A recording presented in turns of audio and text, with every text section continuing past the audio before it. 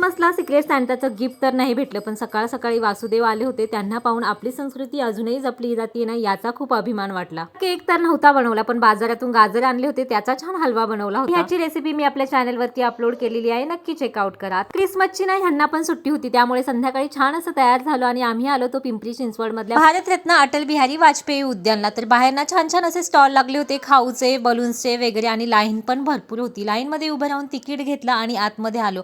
आतमध्ये आल्या आल्या बघितलं ना, एवढ्या छान लाइटिंग्स लावल्या होत्या आणि इकडे ना गाडी पार्क करायला ही जागा आहे.